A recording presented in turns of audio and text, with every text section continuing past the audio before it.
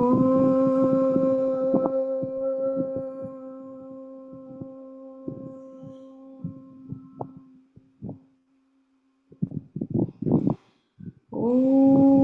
सहना भवतु सहनौ भुनक्तु सह वीर्यं करवावहै तेजस्विनावधीतमस्तु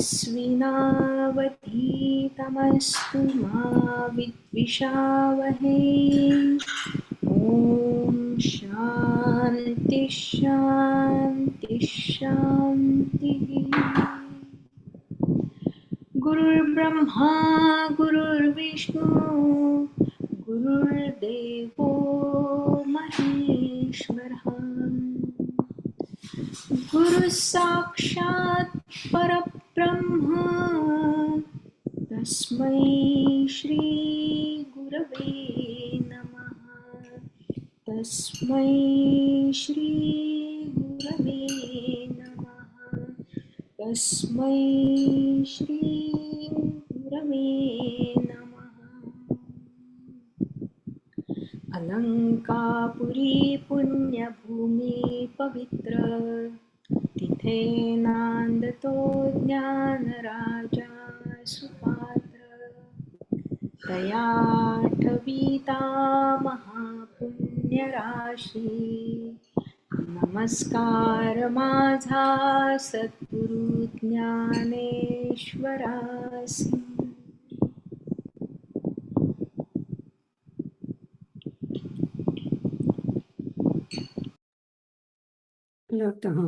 मला तुझ्याशी थोडासा लेट होता, आवाज येत होता. बहुतेक डिस्टर्बन्स येत होता का? पंख्याचा बहुतेक असेल आवाज. पंख्याचा, हो. ओके, मी बंद करते. मी आता म्यूट वर जाते. पण या ठीक आहे, हरकत नाही. तर आपण 16व्या अध्यायात शेवटीच आहोत. आज गोषवारा कोण वाचणार आहे? ते सुषमाताई म्हणल्या ना? आज दुसऱ्यांचा म्हणजे ओके. या सुषमाचा.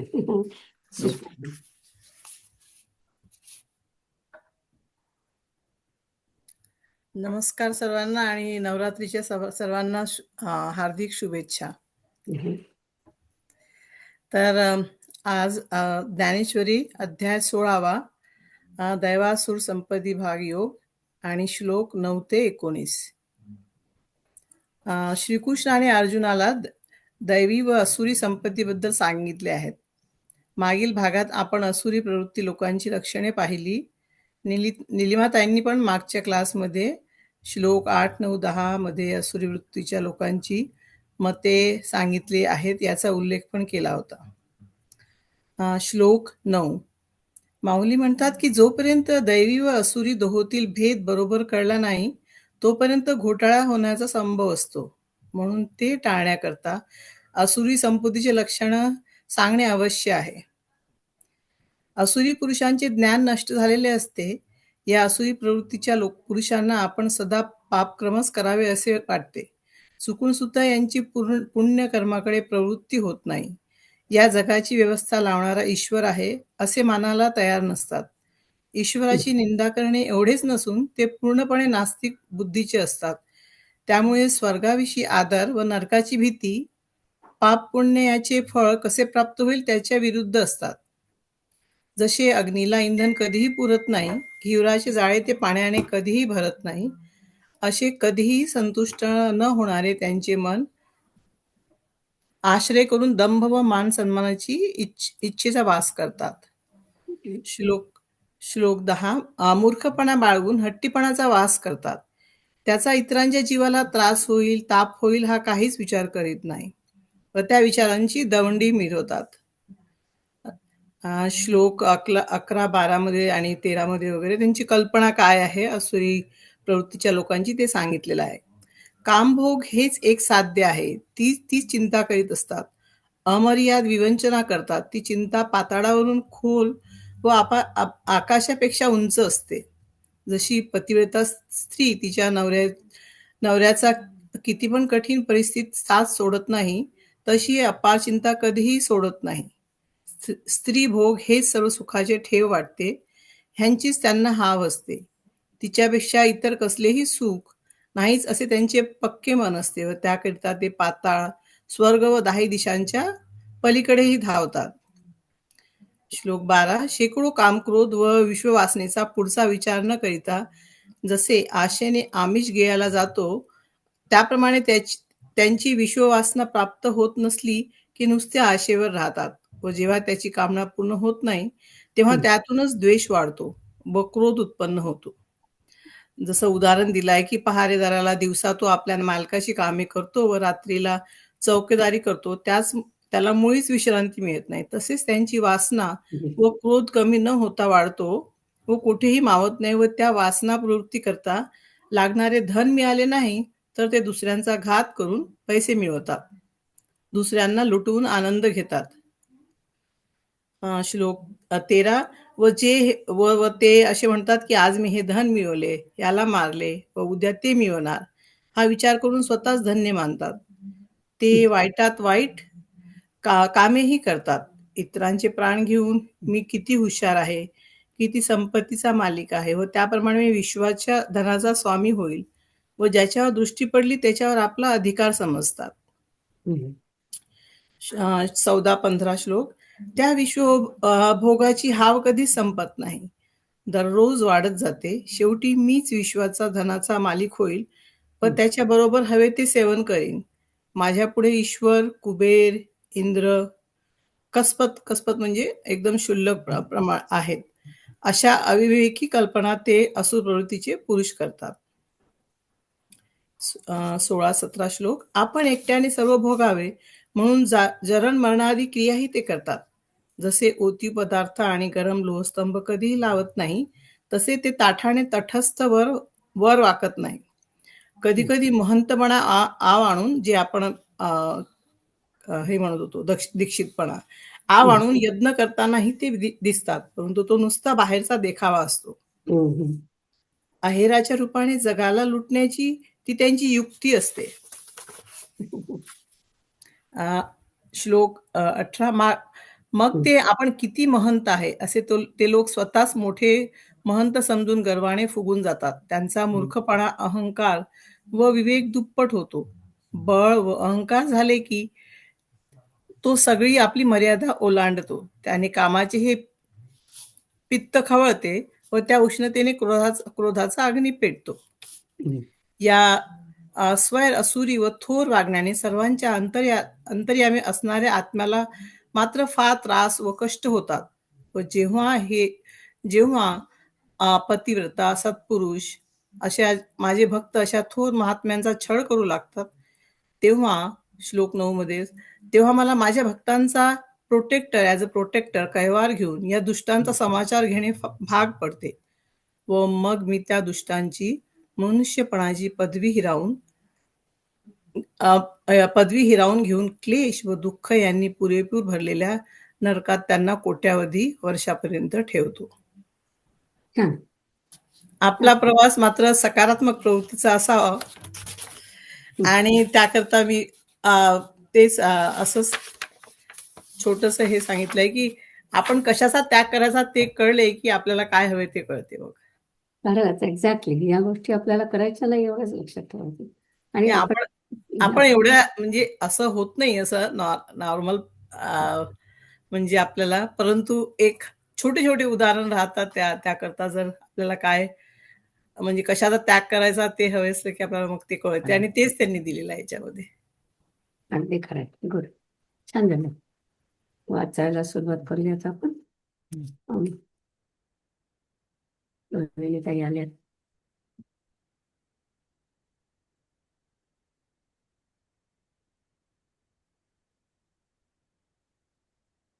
आलं का? श्रेय. आसुरीं योनि मापन्ना मूढा जन्मनि जन्मनि माम प्राप्यैव कौन्तेय ततो यान्त्यधमां गतिम्. हे कौन्तेया, जन्मोजन्मी आसुरी जन्म पावणाऱ्या त्या मूढांना माझी प्राप्ती न होताच ते याहून अधम लोह लोष्ट पाषाण वगैरे गतीला जातात. त्या आसुरी संपत्तीच्या योगाने अशा प्रकारची अधोगती त्यांनी मिळवलेली असते. ऐक, नंतर व्याघ्रादी तामसी योनी देहाच्या आधाराचा असा जो थोडासा विसावा असतो तोही ओलावा मी हिसकावून घेतो. मग ते आसुरी संपत्तीचे लोक अशा केवळ तमाच्या मूर्ती बनतात की जेथे अंधार गेला असता कळवणला जातो. पाप ज्याची चिळस घेते व नरक ज्याचे भय घेतात व ज्या श्रमाने क्षीण मूर्छा पावतो, घाण ज्याच्या योगाने मळते, ताप ज्याच्या योगाने पोळतो व ज्याचे नाव घेतले असता महाभय मृत्यू भय पावते, पापांना ज्याचा कंटाळा असतो, अशुभाला ज्यापासून अशुभ उत्पन्न होते व विटाळ सुद्धा ज्या विटाळाला भीतो. अर्जुना, याप्रमाणे विश्वाच्या वाईटातील जे निकृष्ट ते निकृष्ट ठिकाण ते आसुरी लोक व्याघ्रादी तामस योनी भोगल्यावर होतात. अरे रे, त्या असुरांची कथा सांगताना वाचा रडकुंडीला येते. त्यांच्या कथेची आठवण झाली की मन मागे हटते. हाय हाय, त्या मूर्खांनी केवढा नरक प्राप्त करून घेतला आहे बरे. ज्या आसुरी संपत्तीने असली भयंकर अधोगती दिली ती वाईट आसुरी संपत्ती ते असुर कशाकरता वाढवतात बरे. म्हणून अर्जुना, ज्या ठिकाणी आसुरी संपत्तीवाल्यांचे राहणे असेल त्या बाजूला तू जाऊ नकोस. आणि दंभादी करून 6 दोष सर्वच्या सर्व ज्यांच्या ठिकाणी असतील त्यांचा त्याग करावा हे खरोखर सांगितले पाहिजे काय?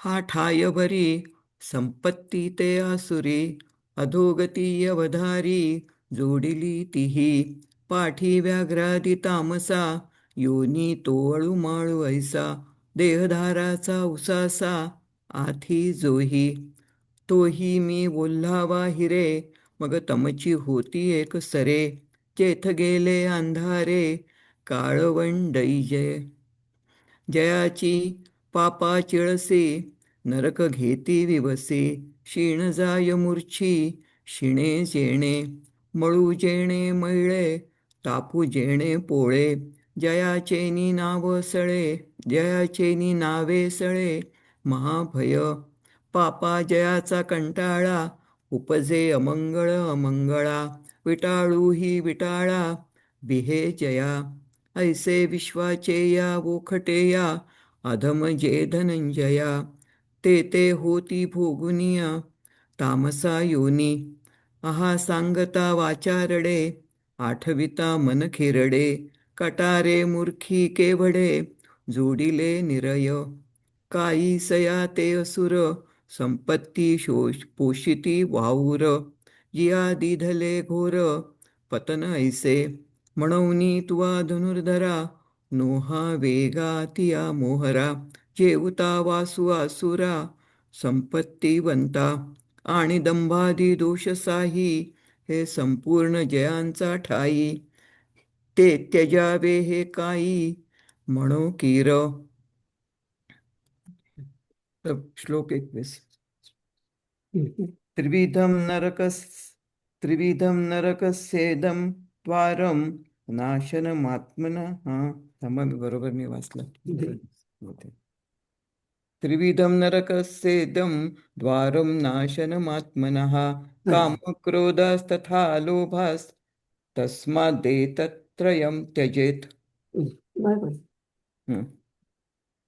काम क्रोध त्याचप्रमाणे लोभ असे 3 प्रकारचे नरकाचे हे द्वार आहे व आत्म्याचा नाश करणारे ते आहेत. म्हणून या तिहींचा त्याग करावा. परंतु काम क्रोध व लोभ या तिघांचे बंड जेथे माजले आहे तेथे पाप उत्पन्न झाले आहे असे समज.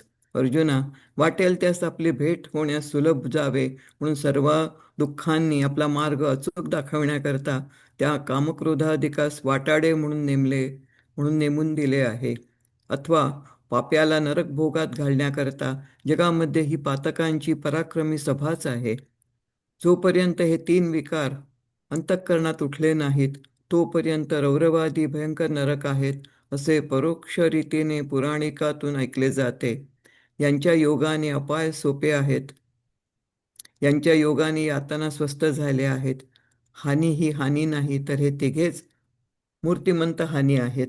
फार काय सांगू अर्जुना, हे तिघे म्हणजे वर सांगितलेल्या निकृष्ट नरकाचा 3 खेळे मारलेला उंबराच आहे.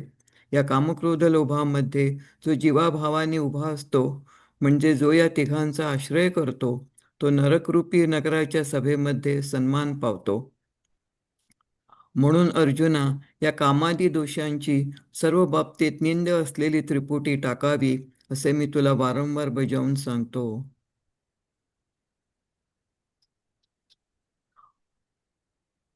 परी काम क्रोध लोभ या तिहींचेची थोंब, थावे तेथे अशुभ पिकले जाण. सर्व दुःखी आपुलिया दर्शना सर्व दुःखी आपुलिया दर्शना धनंजया, पाढाऊ हे भलतया दिधले आहाती. का पापिया नरक भोगी सुवावया लागी जगी, पातकांची दाटुगी सभाची हे. ते रौरवगा तवची वरी, आईकी जती पटांतरी. जब हे तिन्ही अंतरी उठती ना, अपाय इही आसलग यातना इही सवंग. हाणी हाणी नो हे तिघ हेची हाणी. काय बहु बोलो सुभटा सांगितली या निकृष्टा. नरकाचा दारवंटा त्रिशंकू हा. या काम क्रोध लोभा माझी जीवे जो होय उभा, तो निरयपुरीची सभा सन्मानू पावे. म्हणून पुढती किरीटी, हे कामादी दोष त्रिपुटी. त्यज्यावीची वा गोखटी आघवा विशी. एक मिनिट, मी असं सांगते थोडस. निरय निरयपुरी म्हणजे नरक असा शब्द आहे, नरकासाठी शब्द आहे तो. आणि पुढचं कामादी दोष त्रिपुटी, म्हणजे मगाशी म्हटलं ना आपण तीन, की काम, क्रोध आणि लोभ, त्या 3 गोष्टी, त्याचं त्यांनी त्रिपुटी म्हटलं. एवढंच. बरोबर. जाऊया पुढे. Right. झालं तुमचं का? नाही, मला एक वाचायचं अजून. ओके. हे तर विमुक्त कौंतेय तमोद्वार स्त्री निर्भर. एतैर्विमुक्त कौंतेय तमोद्वार स्त्रीभिर्नरः आचरत्यात्मना श्रेयस ततो याति पराम गतिम. हे कौंतेया, नरकाची द्वारे असलेली या तिन्हीपासून जो मुक्त होतो, तो मनुष्य आत्मकल्याणाचे साधन करतो व त्या योगाने तो श्रेष्ठ गती पावतो. कोणीही जेव्हा या कामक्रोध लोभ यांच्या समुदायाची संगती सोडील, तेव्हाच त्याने धर्मादी 4 पुरुषार्थांपैकी एखाद्या पुरुषार्थाची गोष्ट करावी. हे तिन्ही जोपर्यंत अंतःकरणात जागृत आहेत, तोपर्यंत कल्याणाची प्राप्ती होईल हे माझे कान ऐकत नाहीत, असे देव देखील म्हणाले, असे ज्ञानेश्वर महाराज म्हणतात. ज्याचे आपल्या स्वतःवर प्रेम असेल, जो आत्मनाशाला भीत असेल, त्याने या वाटेस काम, क्रोध व लोभ यांच्या मार्गात जाऊ नये, सावध व्हावे. पोटाशी दगड बांधून बाहूंच्या जोरावर जसे समुद्रात पोहणे अथवा जगण्याकरता जसे काळकूट विषाचे भोजन करणे, या कामक्रोध लोभांनी कार्यसिद्धी तशी आहे असे समज. म्हणून अर्जुना, यांचा मागमूस नाहीसा कर. जेव्हा कधी अकस्मात ही 3 कड्यांची साखळी तुटेल, तेव्हा आपल्या वाटेने, आत्मानुभवाच्या वाटेने सुखाने चालण्याला मिळेल.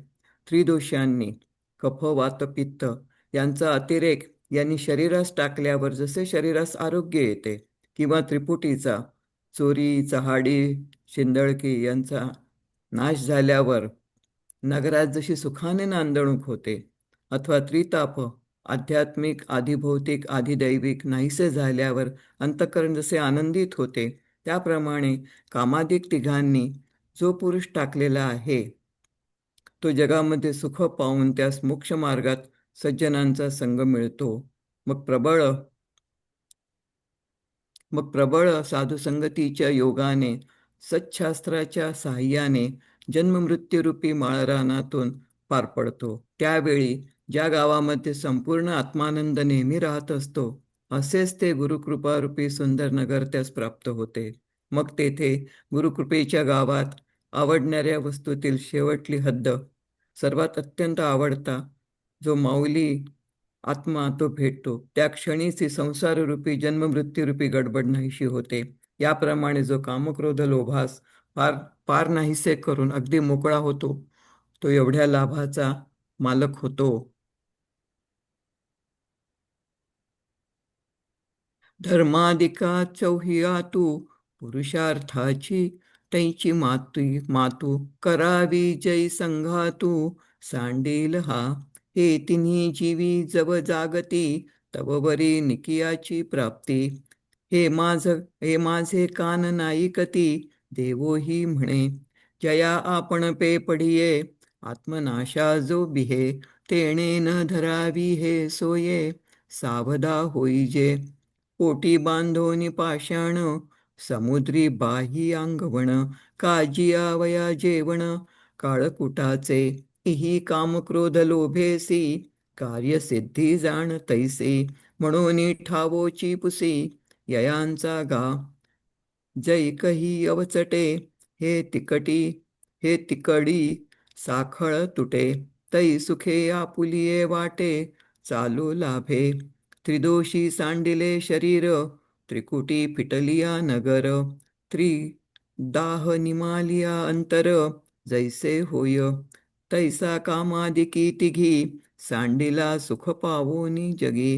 संगुला हे मोक्षमार्गी सज्जनांचा मग सत्संगे प्रबळे. सच्छास्त्रेचे निबळे जन्ममृत्यूची निमाळे निस्तरे राणे.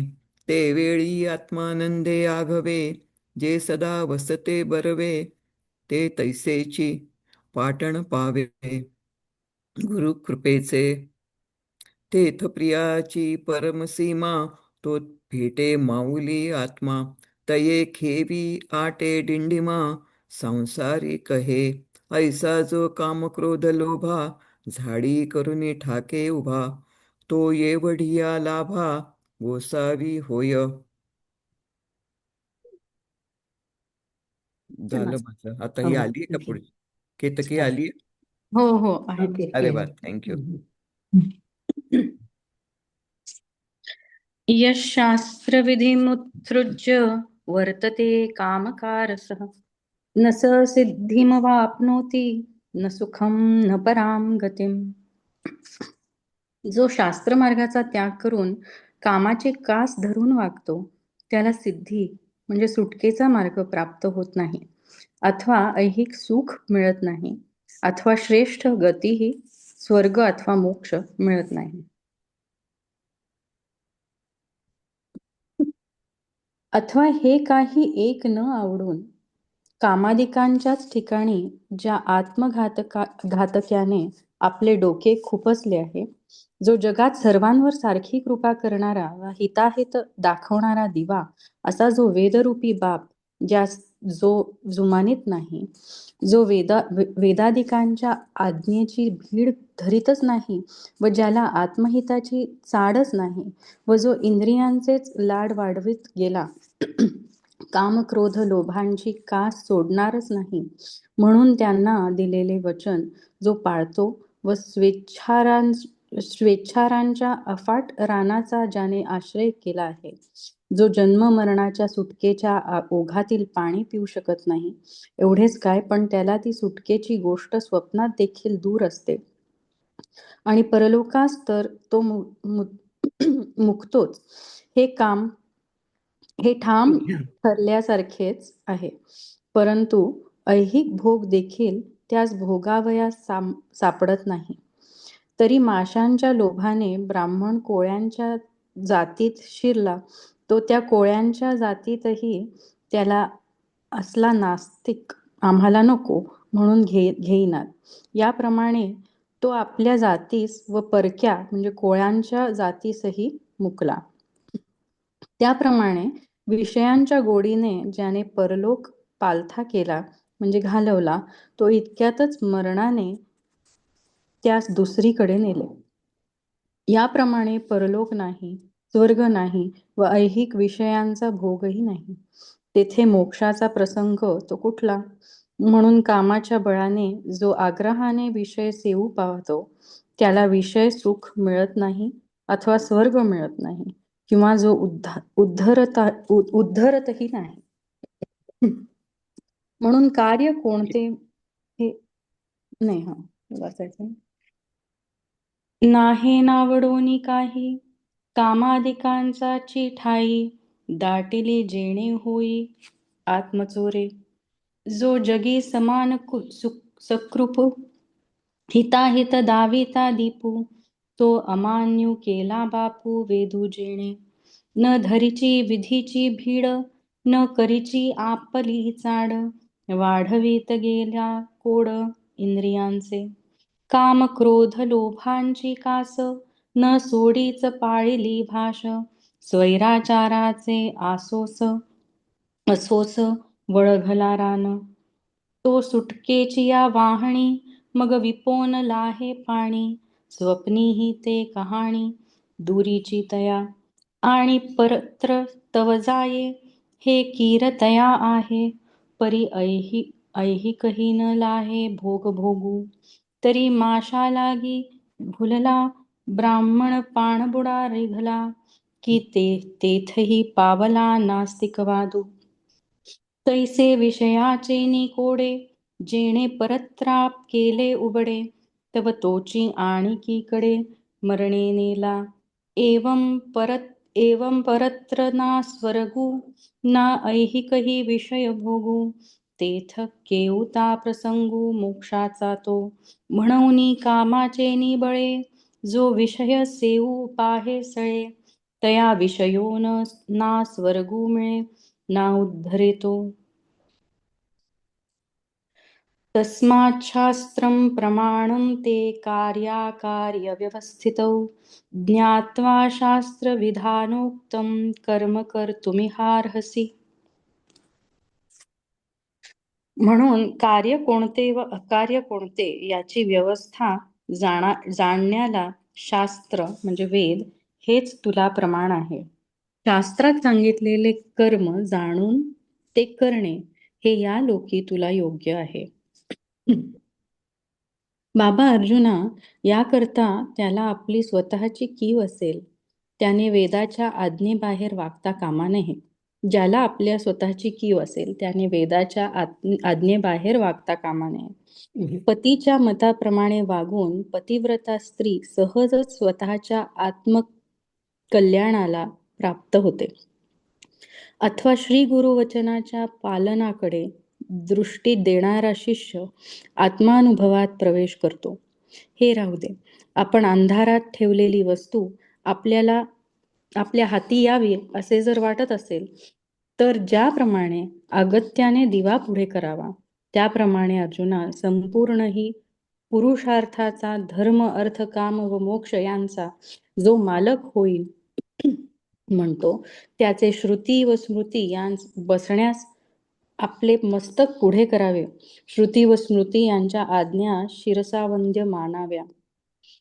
शास्त्र जे टाकावे म्हणून म्हणेल ते जर राज्य असेल तरी ते गवताच्या काडीप्रमाणे समजावे व शास्त्र जे घ्यावे म्हणून सांगेल ते जरी विष असेल तरी ते प्रतिकूल समजू नये. अर्जुना याप्रमाणे केवळ वेदाच्या ठिकाणी जर एकनिष्ठ झाले तर अकल्याणाची गाठ कुठून पडणार? अकल्याणापासून काढणारी व हित देऊन वाढवणारी अशी श्रुतीशिवाय दुसरी कोणी माऊली जगात नाही. अशी ही श्रुती हित करणारी माऊली आहे ती जीवाचे ब्रह्माशी ऐक्य करते. त्या अर्थी हिची कोणी हेळसांड करू नये. अरे तू देखील तिला एकनिष्ठपणाने भज. कारण की अर्जुना सांप्रत तू धर्माचरणाच्या आधारावर शास्त्रांना सार्थकता आणण्याकरता खरोखर जन्माला आला आहेस आणि धर्माचा धाकटा भाऊ हे जे नाव तुला सहज प्राप्त झालं आहे त्यावरून हाच बोध होतो. म्हणून तू धर्माविरुद्ध वागू नकोस. करण्याला योग्य काय व करण्याला अयोग्य काय याचा विचार करण्याच्या कामी शास्त्रांनाच परीक्षा करणारे ठरवावे व अर्जुना, या जगात हे करण्यास योग्य नसेल ते वाईट आहे म्हणून टाकावे. मग करण्यास योग्य म्हणून जे खरे निघेल ते तू स्वतः अतिशय आदराने आचरण करून पुरे करावेस. कारण की हे सात्विक बुद्धीच्या अर्जुना, आज तुझ्या हातात विश्व प्रमाणाचा शिक्का असल्यामुळे तुझ्या आचरणावर प्रामाण्याचा शिक्का मारशील. त्या आचरणास लोक प्रमाण मानित असल्यामुळे तू लोकसंग्रहाला खरोखर योग्य आहेस. याप्रमाणे आसुरी दोष समुदायांची लक्षणे सांगून आसुरी दोषांपासून सुटण्याचा प्रकारही देवाने अर्जुनाला सांगितला. यानंतर तो पंडूचा मुलगा अर्जुन आपल्या अंतःकरणातील योग्य विचार देवाला विचारील. तो विचार तुम्ही चैतन्याच्या चित्ताच्या कानांनी ऐका, असे ज्ञानेश्वर महाराज श्रोत्यांना म्हणाले. व्यासांच्या आज्ञेरूप सर्व इतिहास सांगून संजयाने जसा त्या धृतराष्ट्राचा वेळ घालवला तसे मीही निवृत्तीनाथांच्या कृपेने तुम्हाला सांगेन. तुम्ही संत मंडळी जर माझ्यावर कृपादृष्टीचा वर्षाव कराल तर तुम्हाला मान्य होईल एवढा मी होईन, म्हणजे तुम्हाला पसंत पडेल असे व्याख्यान करणारा मी होईन. म्हणून महाराज, माझ्या व्याख्यानरूपी सेवेबद्दल मला आपले अवधानरूपी प्रसादाचे दान द्यावे, म्हणजे मी समर्थ होईन, असे ज्ञानेश्वर महाराज श्रोते संत मंडळीस म्हणतात.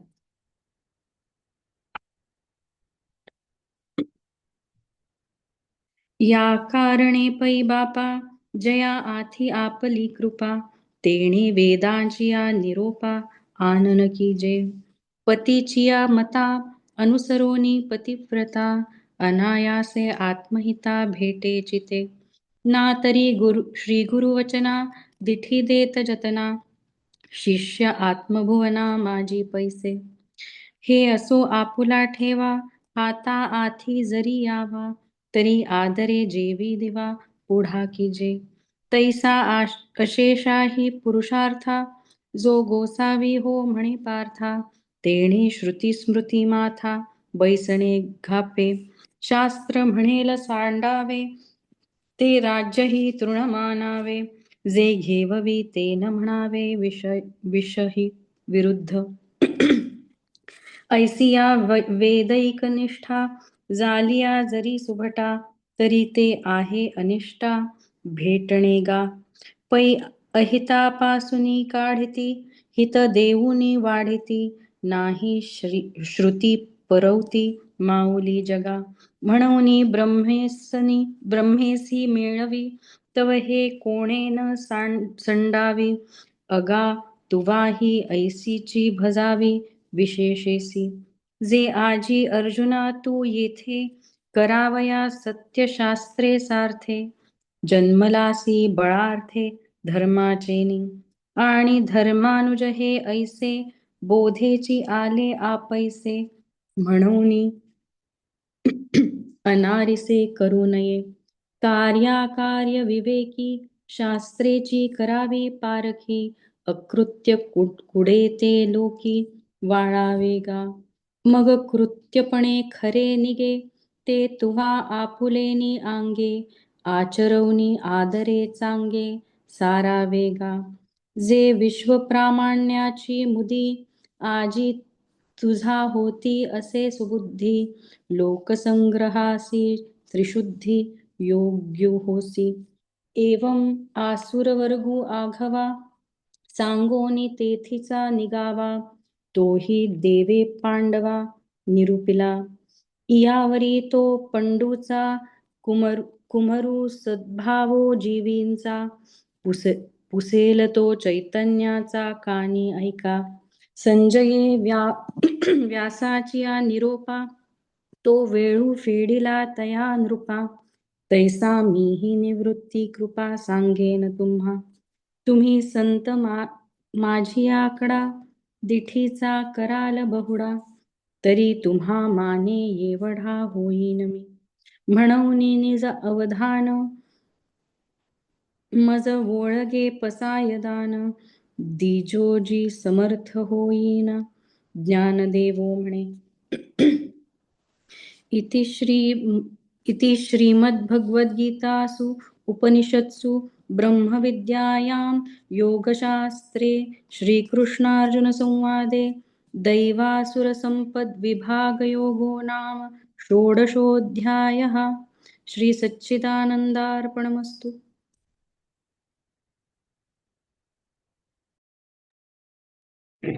छान. इथे आपला 16वा अध्याय संपला. मी पुढच्या अध्यायाचं सांगते.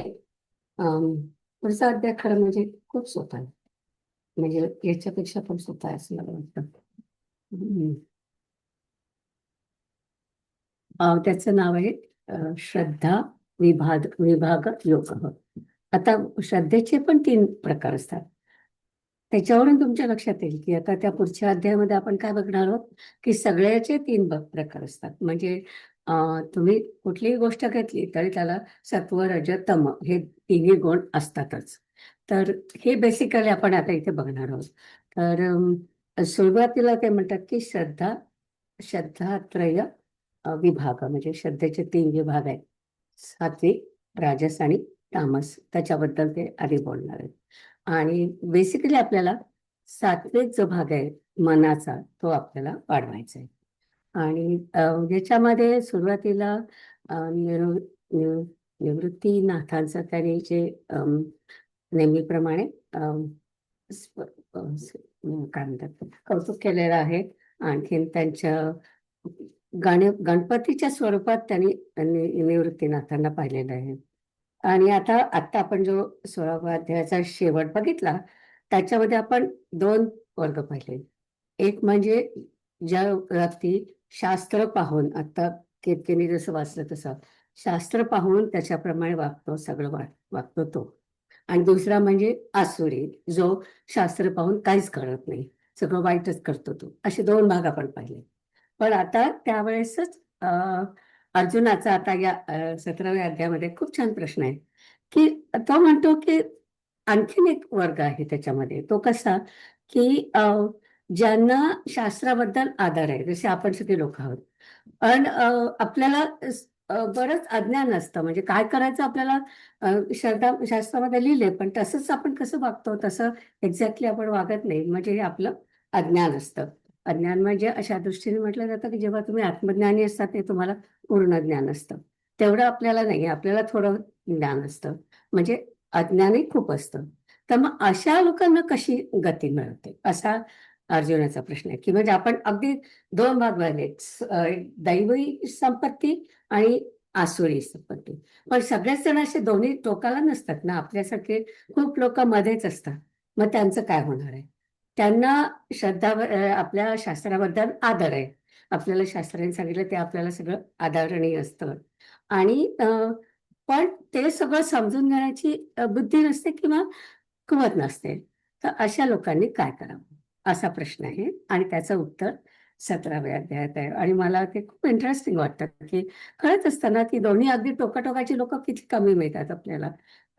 बाकीचे सगळेजण मधलेच असतात. म्हणजे श्रद्धा असते पण तेवढं सगळं जमत नाही आपल्याला करायला. आता यांनी सांगितलं कामही नको, क्रोधही नको, लोभही नको. आपल्याला दर क्षणाला लोभाची गोष्ट असते. एखादं काहीतरी आपलं फेसबुकवर पाहिलं की अरे वाटतं हा दागिना मला घ्यायला पाहिजे किंवा हे कपडे आपल्याला घ्यायला पाहिजे असं आपल्याला लगेच वाटतं. आपला लोक तर सगळीकडेच असतो. मग असं मध्ये असताना आपण त्या लोकांनी काय काय करायचं. तर मग त्याच्यामध्ये भगवान आपल्याला सांगतात आहे की श्रद्धा पण 3 प्रकारच्या असतात. सात्विक श्रद्धा असते, राजसिक श्रद्धा असते आणि तामसी श्रद्धा असते. तामसी श्रद्धा म्हणजे त्यांना हिंसेची आवड असते, तसे लोक असतात. राजस म्हणजे ज्यांना सगळ्यांना खूप असं काय म्हणतात छान असं राहायला आवडतं, सगळं भारी कपडे घ्यायचे, भारी सगळ्या गाड्या घ्यायच्या, सगळं त्यांना असं राजशाही असं जे आवडतं, त्यांना राजस श्रद्धा असते त्यांची. आणि तिसरे लोक जे असतात त्यांची देवावर श्रद्धा असते आणि सात्विक असतात. तर संपलं आपल्यामध्ये. जेव्हा आपण जन्मतो, जेव्हा आपण निर्माण झालो होतो, तेव्हा आपल्यामध्ये तिन्ही प्रकारच्या श्रद्धा असतील. तर त्याच्यातून आपल्याला तामस अजिबात येऊ द्यायचं नाही, कमी करायचं सगळं जे काय असेल ते. राजस असेल ते पण सुद्धा कमी करायचं. संपूर्ण जाणार नाही असं काही आपल्याला होणार नाहीये, पण सात्विक आहे ते वाढवायचं, असं आपल्याला त्याच्या बाबतीत करायचं. मग आता आणखीन ते म्हणतात की हे जे सत्व, रज आणि तम गुण आहेत, त्या गुणांना पण कसं आपण ओळखायचं की हा सत्व गुण आहे की नाही. तर त्या गुणांचं जे आपण ओळखतो त्याला लिंग म्हणतात. तर ते आपल्याला प्रत्येकाचं लिंग सांगणार आहे. आणि नंतर फलम सांगणार आहे की समजा तुम्ही राजस वाढवलं तर तुम्हाला काय मिळू शकतं, तर तुम्हाला ज्ञान वाढू शकतं. हे सात्विक गुणाचं फळ आहे. तसं आपल्याला प्रत्येकाचं सांगितलंय त्यांनी. ओव्या आपण जेव्हा वाचू तेव्हा आपल्याला लक्षात येईल. तिसरी गोष्ट की लक्षणं म्हणजे सत्वगुण जेव्हा तुम्ही वाढवता तेव्हा तुमची अभ्यास करण्याची वृत्ती वाढते. आणि सत्वशील जो माणूस असतो तो दूरस्थ असतो. दूरस्थ म्हणजे त्याला माणसं आवडतात, पण सारखा त्या माणसांमध्ये गुंतून राहत नाही. आता एखादी चांगली व्यक्ती दिसली की त्याच्याबद्दल इतर लोकांना आदर वाटतो आणि ते त्याच्याजवळ यायला बघतात. पण हा जो सात्विक माणूस असतो त्याला कॉन्सन्ट्रेट करायचं असतं. तर त्याला एकत्र एका ठिकाणी बसून त्याला सगळं करायला आवडतं. का? कारण की त्याला कॉन्सन्ट्रेशन त्याच्यामध्ये जास्त होतं. म्हणजे त्याला माणसं आवडत नाही असं नाही, पण त्याला हा एकटेपणा पण आवडत असतो. तर हे सत्वाचं लक्षण त्यांनी आपल्याला सांगितलंय. नंतर बंधनं. तर बंधनं कशी असतात की जर का तुम्ही सत्वाचा गुण असेल तर त्याच्यामध्ये तुम्हाला ज्ञानाकडे जास्त तुम्ही वळता. रजसा गमन असेल तर काम्य गोष्टी ज्या असतात त्या तुम्हाला जास्त आवडू लागतात. म्हणजे सगळ्या प्रकारच्या फॅशन्स तुम्हाला आवडतात. चांगल्या वेगळे कपडे घालायला तुम्हाला आवडतात. दागिने घालायला आवडतात. त्या सगळ्या गोष्टी आवडतात. ते रज झालं. नंतर तम जर का तुमचा वाढला तर तुमचा आळस वाढतो. अर्थात तम हा आपण म्हणतो की तमगुण हा चांगला नाही आहे, पण काही गोष्टी तमगुणातल्या आवश्यक आहेत. उदाहरणार्थ झोप यायलाच पाहिजे. तुम्ही जर का समजा 24 तास काम केलं तर तसं शक्यच होत नाही ना. आपल्याला विश्रांती पण घ्यावी लागते. तर ती विश्रांती घ्यायची, तो तमगुण आहे. आपल्या सगळ्यांमध्ये तो असतो आणि तेवढा तमगुण चालेल, कारण की तो आवश्यक आहे आपल्या आयुष्यामध्ये. आणि त्याच्यानंतर त्यांनी हे झालं श्रद्धा आणि याच्या वरचं झालं. त्याच्यानंतर त्यांनी आहाराचे पण प्रकार सांगितले आहेत की सात्विक आहार म्हणजे काय, आणि म्हणजे तमोगुणाचा आहार म्हणजे तुम्हाला मांसाहार आवडतो, तंबाखू आवडतो, म्हणजे अति खाणं आवडतं, ते सगळं तमगुणाचं झालं. नंतर त्यांनी यज्ञाचे पण 3 प्रकार सांगितले, सत्व, रज, तम. आणि तपाचे पण सांगितले. तप म्हणजे ऍक्च्युअली शिस्त, जिथे आपल्या मनाला आपण शिस्त लावतो त्याला तप म्हणतात. तर त्याच्यामध्ये सुद्धा त्यांनी आधी त्याचे उदाहरणं दिली आहेत की कायिक तप जे तुम्ही करता म्हणजे आपले शरीराला झिजवून तुम्ही जे करता. वाचिक म्हणजे तुम्ही देवाची प्रार्थना म्हणता किंवा त्या तोंडाने जे काय म्हणता ते तप झालं. मानसिक म्हणजे तुम्ही मनातच जे मेडिटेशन करता त्या प्रकारचं. तर असे 3 प्रकारचे तप पण आहेत आणि त्यांचे पण त्यांनी प्रकार सगळे सांगितलेले आहेत. आता सात्विक तप म्हणजे काय, तर ब्राह्मण, देव, ब्राह्मण, गुरु, माता, पिता यांचे पूजन करायचं वगैरे, हा सगळा सात्विक तपाचा भाग झाला. नंतर वाङ्मय तप कसं असतं की यथार्थ नॉलेज ज्यांचं असतं आणि जे श्रुती स्मृती याचं सगळं पठण करतात किंवा नामघोष करायचा ते सुद्धा वाङ्मय तप झालं. नंतर मानसतप. मानसतप म्हणजे मनाच्या शांततेसाठी आपण मगाशी म्हटलं तसं की मेडिटेशन करायचं, तो भाग झाला. नंतर राजसतप. राजसतप म्हणजे एखाद्या फळाची अपेक्षा करून काहीतरी करायचं. तप करायचं म्हणजे प्रार्थना करायची. उदाहरणार्थ मी समजा मला एक छान मला समजा शिकवायच्या वर्गामध्ये माझं स्वतःचंच उदाहरण सांगते. मला जरा खूप ज्ञानेश्वरी खूप शिकवायची, पण मी म्हटलं की अशाच लोकांना शिकवेन की जे मला एक छान पैठणी देतील. आणि त्या मागच्या ग्रुपने मला पैठणी दिली होती. तर म्हणजे असं म्हणजे माझं उद्दिष्टच हे पाहिजे की मला शिकवायचं हे सगळं, म्हणजे चांगली गोष्ट आहे. पण ते कशासाठी शिकवायचं की मग मला एक पैठणी मिळेल चांगल्यापैकी असं. तर फळाची अपेक्षा करून तुम्ही जेव्हा करता ते राजस तप झालं.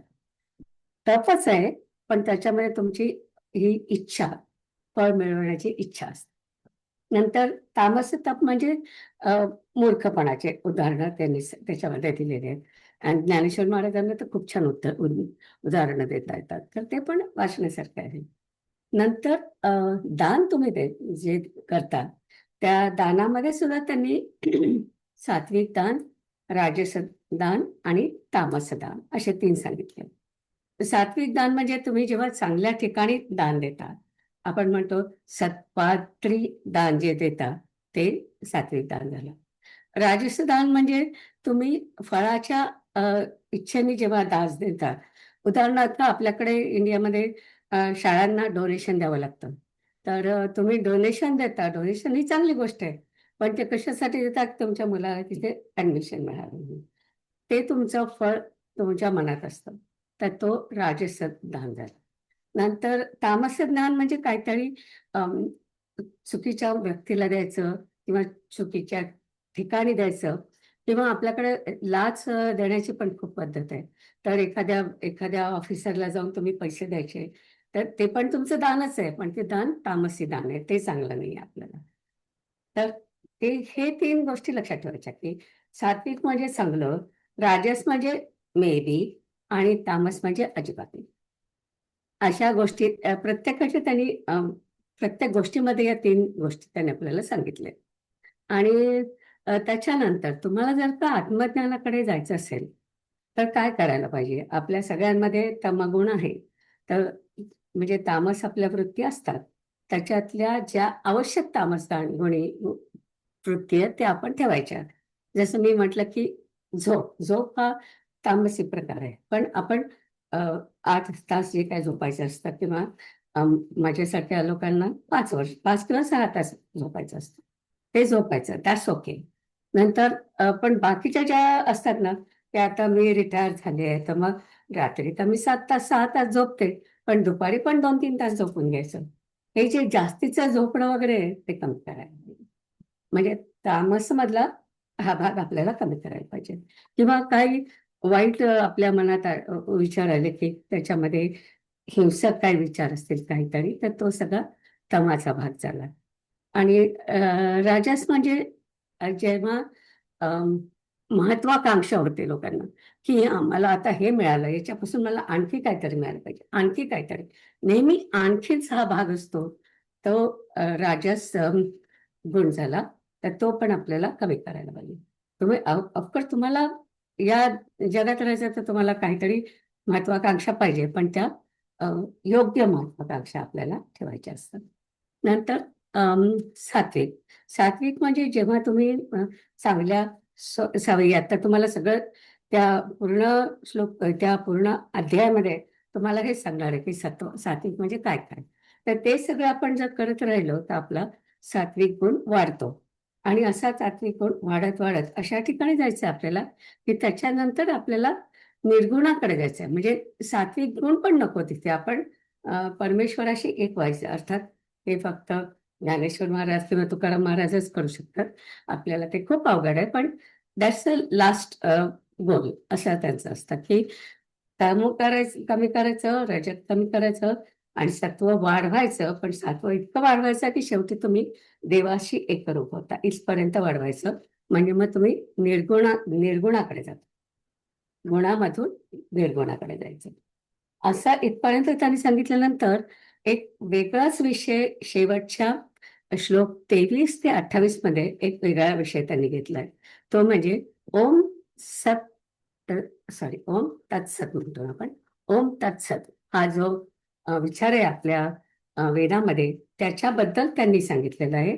श्लोक 23 ते 28 पर्यंत. त्याच्याकडे जरूर लक्ष द्या तुम्ही, कारण ते पण आपल्याला महत्वाचं आहे की आपण कसं जायचं. आता हे सगळे आपण गुण पाहिले, त्याच्यातून आपण सगळं सात्विक सात्विक सात्विक केलं आणि आता आपलं सात्विक गुण खूप वाढले आहेत. आणि नंतर मग तुम्ही देवाची प्रार्थना करता किंवा मेडिटेशन करताय आणि त्याच्यापासून तुम्ही निर्गुणाकडे जाताय.